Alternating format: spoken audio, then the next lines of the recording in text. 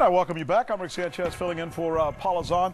Out in the open now once again, huge controversy that's raging in Virginia. This is over concealed weapons and public records. How would you like it if your name was made public to everybody in your community just because you happen to have a permit to carry a concealed weapon?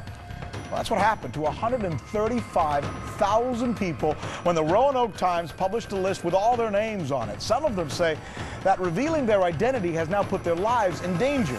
So we sent Kyung La to look into this one for us. All I was saying was, oh my gosh, oh my gosh, oh my gosh. This can't be true. After years of being careful to make sure she couldn't be found, moving around, carefully guarding her whereabouts wherever she went, Teresa Sayers' personal information, including her home address, was suddenly just one mouse click away. I was just so shaken when I did so much to try to protect where I was, that it was out there. Sayers has reason to be afraid. Her ex-husband is serving a 36-year sentence for nearly killing her. Knocked me to the floor and stabbed me multiple times. How many times did he stab you? About 8. If he would get out today, he would find me. He would kill me. Sayers was one of 135,000 registered concealed carry permit holders in the state of Virginia whose names and home addresses were published on the internet by the Roanoke Times newspaper as part of a series on open government records. The paper never anticipated the fear and the outrage from the gun community that followed. How many emails would you say you had? Well, we got about 700 of them. Philip Van Cleve is a gun rights activist in Virginia. He shoulders complaints, witnesses who help put criminals away, crime victims, and undercover officers, all outed by the Roanoke paper. We don't want that to happen. We don't want anybody to get killed because of this. And we feel that the Roanoke Times was playing with a very dangerous weapon by displaying that, using the First Amendment to ruin people's lives. Don't I, under the Virginia state law, have a right to know whether or not you're carrying a weapon? No. Why not? Why should you? Uh-oh. I woke him up. Have a beautiful day, handsome man. Hassan Thomas was also on the list. He too has a reason for a permit to carry a concealed weapon. He has it because he's a parole officer. He checks up on violent offenders. And now, since his name and home address were published, those offenders are checking on him too. The doorbell rang, and it was someone I didn't know. So it was a parolee? It was a former parolee. They said they knew him because he used to be their parole officer. And why'd he come? Just curious. How did he get that information? How did he know? I'm thinking, did he follow me home? Did he, find out where I lived at from a friend or something? The Roanoke Times says the right to know is vitally important. The Times would not speak to CNN on camera, but in an editorial, the paper acknowledged that the right to know must be measured against the potential risk to crime victims and law enforcement. The paper says that it has been bombarded by thousands of fuming emails and calls and many threats of violence. The day after the Roanoke Times published the list, they pulled it down off the internet. But the paper says it still believes that public records should remain public. And they're not alone. Who is licensed and who is given a privilege in this country by a government body is information that the public should be able to have. It's one of those classic examples of personal privacy versus the public's right to know. Now Virginia lawmakers are wrestling with whether this information needs to be locked away or should be made public. Generally, I feel that governmental records should be open to the public because that's what protects our freedoms. Teresa Sayers always keeps her handgun within reach on her kitchen counter. Make you feel better having it in your hands? It does. Hassan Thomas says he now leaves the house with a little more caution and a lot more concern. These gun owners say what they lost was a sense of safety. Whether those fears will be realized is now just a waiting game. Have a blessed day. Kyung La, CNN, Roanoke, Virginia.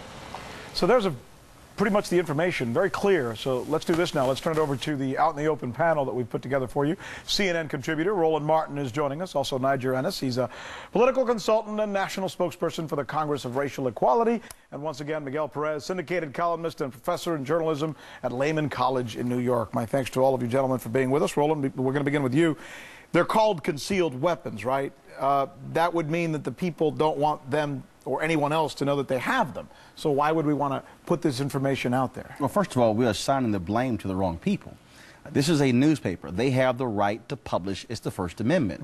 The people who they should be criticizing are the dumb lawmakers who did not conceal the concealed records. There are a number of states where they hide the information away. They should have known. So you're saying this shouldn't be a public record to begin with? Well, I'm not saying that. What I'm saying is, if they want to make this a law, they should have hidden the record. But I certainly believe, though, that we have the right to know in terms of who has concealed handgun weapons. It may be a matter of we don't see 135,000 people having the handguns. Well, it might be a few people. But you're wanting to have it both ways. I mean, either you have one or the other. Take a look at this woman's picture once again. Hey, Will, put that picture up once again of her. Thanks. Look at this woman. I mean, this is a woman. You could see the fear in her face. You can understand why a woman like this would probably not want anyone to know where she is. Yes, and that's why you conceal the records, or you say, what is a rationale for doing so? So, newspaper man Miguel Perez, what would you do if your publication chose to do something like this? I would laugh. I would think that it's not necessary. I don't think the newspaper really gains anything from doing this. I don't think they're going to win a Pulitzer for exposing these people. You know, it's ridiculous. I mean, you know, these people have a right to some privacy, and you know, the public has the right to know about a sex offender because that's a threat to society. Somebody who has a gun because she has been a victim of violence needs the gun to protect herself. But that's not every person. First of all, let's not assume that 135,000 people in Virginia all have been beaten by their husbands. That's not every single person. But if it's one too many. And the fact is, what the real agenda is, Miguel, actually, you hit it right on the dot. Because the writer, the original writer of the story, compared these law-abiding citizens, some former crime victims, to sex offenders. They said if the government can actually post and actually, you can have an interactive website that can find sexual offenders, then why shouldn't we do the same but with guns? And that's the real agenda are those that want to undermine our Second Amendment constitutional rights to keep and bear arms. The real problem here is... What about the First Amendment? I mean, before you get to the second, there's a first. That's true, but the Second Amendment isn't the 33rd. It's the second. And somehow our media pays much more attention to the the almost deity worship of the First Amendment, but we totally have contempt throughout the media of the Second Amendment. Put your hands up if you think that the newspaper was wrong to do this here, by the way. Yes? Can I put up two? You got two? You're not saying they were wrong. I've run 3 newspapers, okay? So I've made the call in terms of what you decide. Again, what is to be gained by publishing this story? Here's what we're doing, though. We are sitting here saying the papers at fault for publishing it. Who were the people who passed the law? Who were the people who could have said the moment they passed it, hey, let's hide this like other states have done. Put the onus on the folks who made the law. I'll buy that. There are 2 people that are wrong. The newspaper's wrong and the law makers. In fact, they're probably going to make that decision because of the stupidity of the Roanoke. And in fact, Rick, the fact of the matter is because the paper actually did it, they could make it private. Because we're in the day of internet folks who know how to use it, they could have pulled the exact same information. And so the paper, in fact, is forcing the state to do what they should have done. So what if someone else had done it? What if a blogger had done it? What if the same parolee had gotten the exact same information and gone to the guy's house? I suppose that the Roanoke Times is next going to have a list of those who rent adult videos and DVDs, right? We'll have to leave it there. Maybe that'll be our next segment. Hopefully we won't have to do it. Thanks, guys. We appreciate